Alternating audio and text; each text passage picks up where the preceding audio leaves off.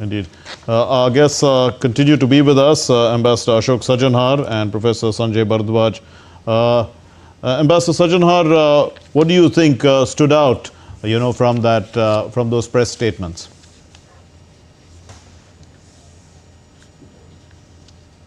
Sir, we can't hear you. Perhaps you're on mute. Yeah. Yes. Okay. Thank you very much. Yeah. Sorry for being on mute.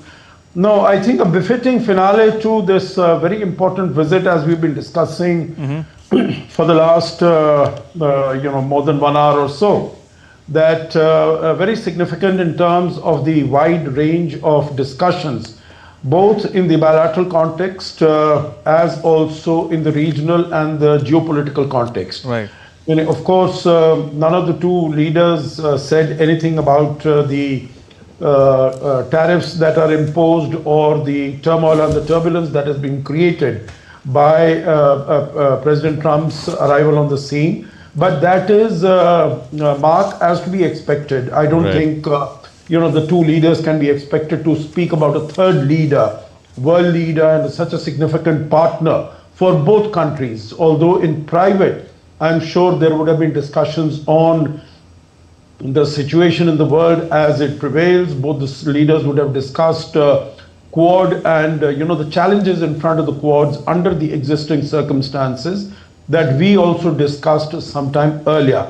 But I think coming to the aspects that were mentioned, of course, the fact that both the countries have signed a vision statement for the next 10 years. That means the countries are looking forward. It's not only on the present, but how to take the relationship forward, how to take it over the next decade, particularly under the challenging circumstances that both the countries and the world finds itself. The second aspect, of course, on the bilateral issue is how to enhance the trade, economic and technological partnership. Of course, Prime Minister Ishiga mentioned about a number of areas, and so did Prime Minister Modi also. But in terms of technology, critical emerging technology, AI, semiconductors, I think these were issues, particularly in the forefront of technology that that we've also been discussing, that were the focus of the presentations by the two leaders.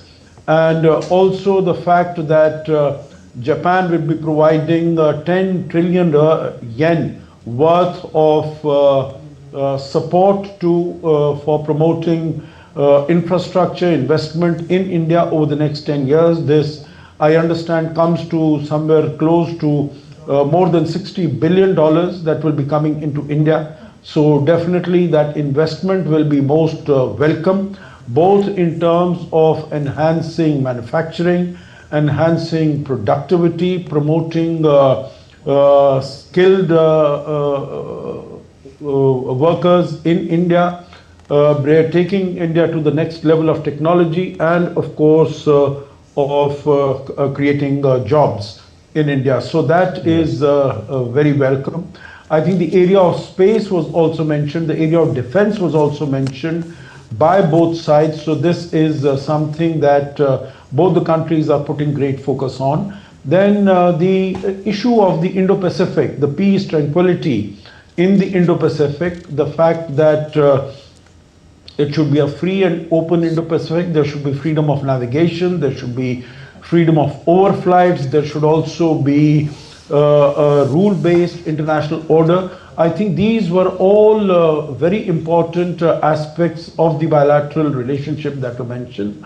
Also, what Prime Minister Modi said that, there, in addition to sharing similar values and beliefs, there is also mutual respect and mutual interest that govern the relations between the two countries, right.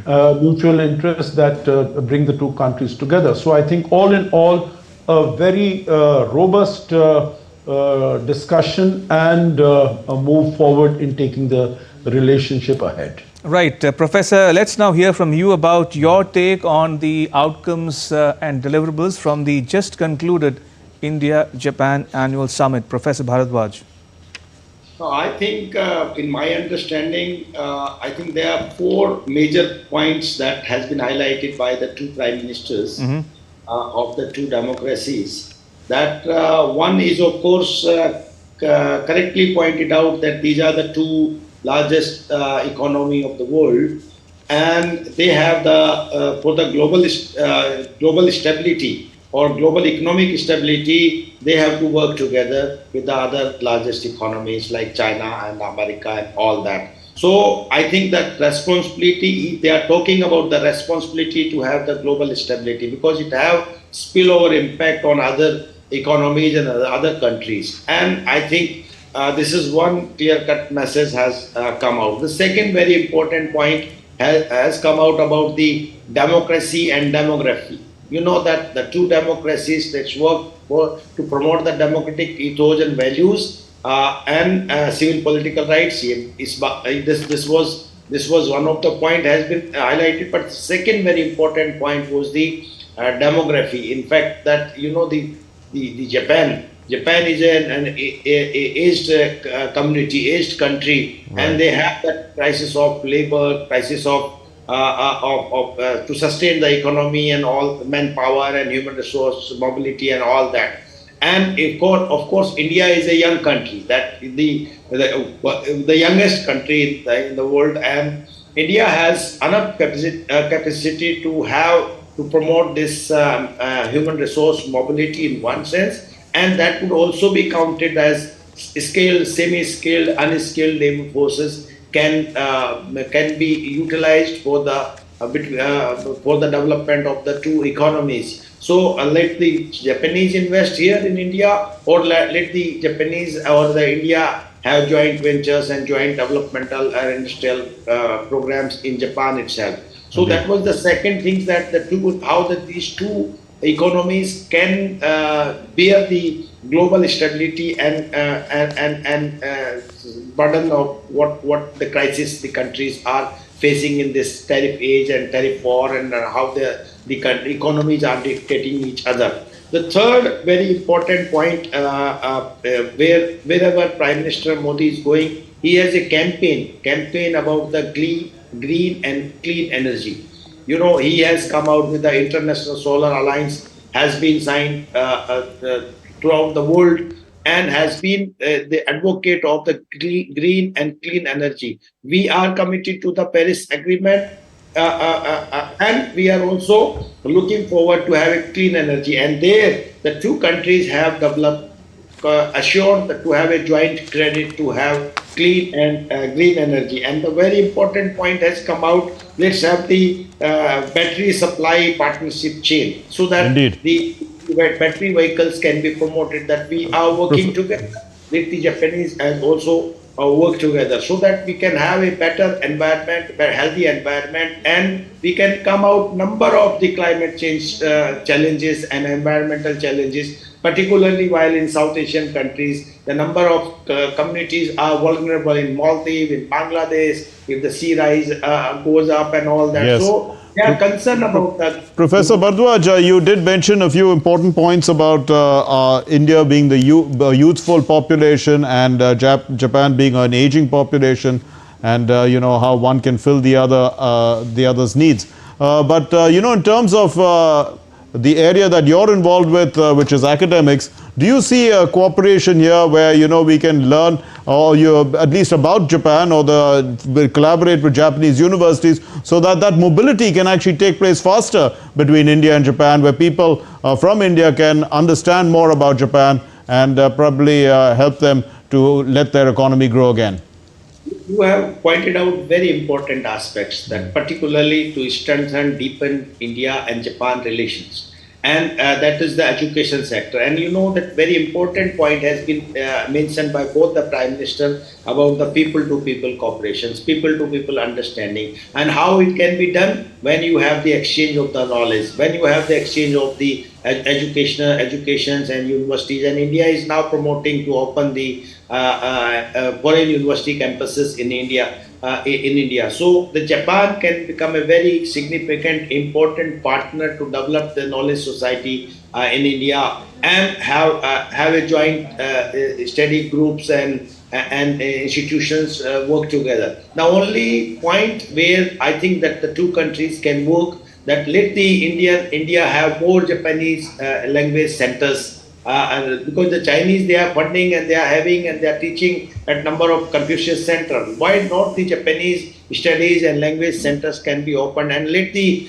India have the Hindi developmental centers and Hindi language centers in Japan, so that the two countries people can understand in their own language and in better way. So that would definitely will work and help in other areas like science technological corporations like AI, and that that there are a lot of problems that happen sometimes. Japanese language is not understood by the Indian labor forces and engineers and all that, so it gets problem. So educational corporations and collaborations are very important aspects that I think the two countries can have. Like I come from Jawaharlal Nehru University. We have the Center for East Asian Studies, Japanese center, and we have Japanese language as well. But that could be expanded to all over the countries. That number of institutions can promote the Japanese studies and Japanese language courses. In the same manner, in Japan also, there are Yamaguchi University, there are Tokyo University, there are different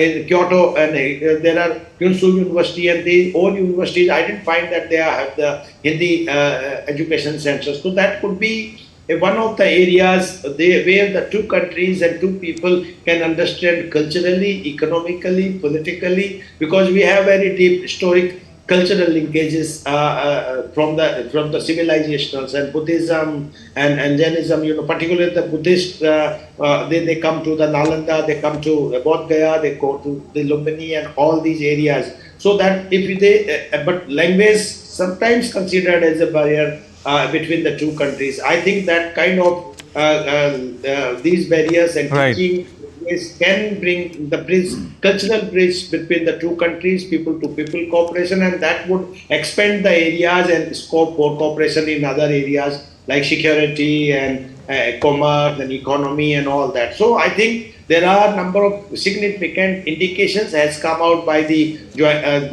declarations or by the address by two prime ministers, and I think that would give a better stability to the global economy. Okay. Fair enough. Ambassador Sajjanar, you get the last word before we conclude. Your thoughts looking ahead to the Prime Minister's engagements in China for the SCO summit. How would you describe that leg of his foreign tour? Put that into context for our viewers as well, and explain the significance of those talks that he will hold in China in the context of his ongoing visit to Japan as well. Yeah, thank you very much, Ramesh, for bringing up the Shanghai Cooperation Organization Summit. As it has been mentioned, this is the first visit by the Prime Minister to China in 7 years. I think the last time that he was there was for the Wuhan summit in 2018. So this is coming after 7 years, and after this very rocky period in bilateral relations from 2020 onwards. This has been set on a normal stabilization course since the two leaders met, Xi Jinping and Prime Minister Modi, in Kazan in October last year. That was the first meeting that was taking place between the two leaders. Of course, not with counting what they had met in Bali on the sidelines of G20, also in Brazil on sideline of the G20 summit between the two countries. So I think it is going to be an important meeting. The groundwork has been laid by the visit of Wang Yi to India recently, where it was mentioned that the low-hanging fruit of issues like rare earth magnets, of fertilizer, of tunnel boring machines, etc., those some of the issues will be taken care of. So I think India's interest in during the meeting with Xi Jinping would be, number one, send out a message through the optics that India has options, but of course not give the impression that SCO is in any way an anti-Western organization, or that India is in any way a part of any anti-Western organization body. But definitely in terms of optics, send out a message.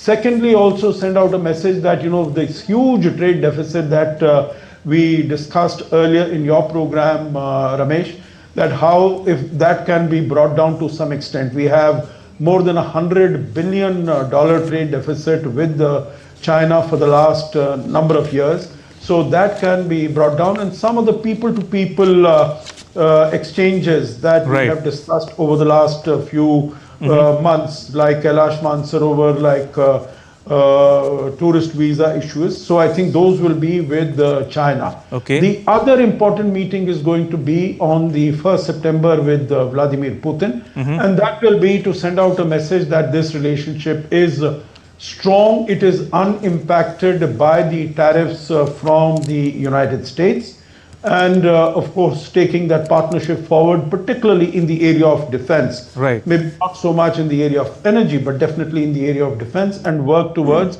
the visit of Mr. Putin to India in the coming months. All right. On that note, may we thank both our guests, Ambassador Ashok Sajanhar and Professor Sanjay Bharadwaj, for joining us and sharing your thoughts with our viewers in India and around the world. Thank you for your time. Much appreciated. Well, that concludes for the moment our program, our special broadcast on the Prime Minister's historic visit to Japan for the 15th India-Japan Annual Summit.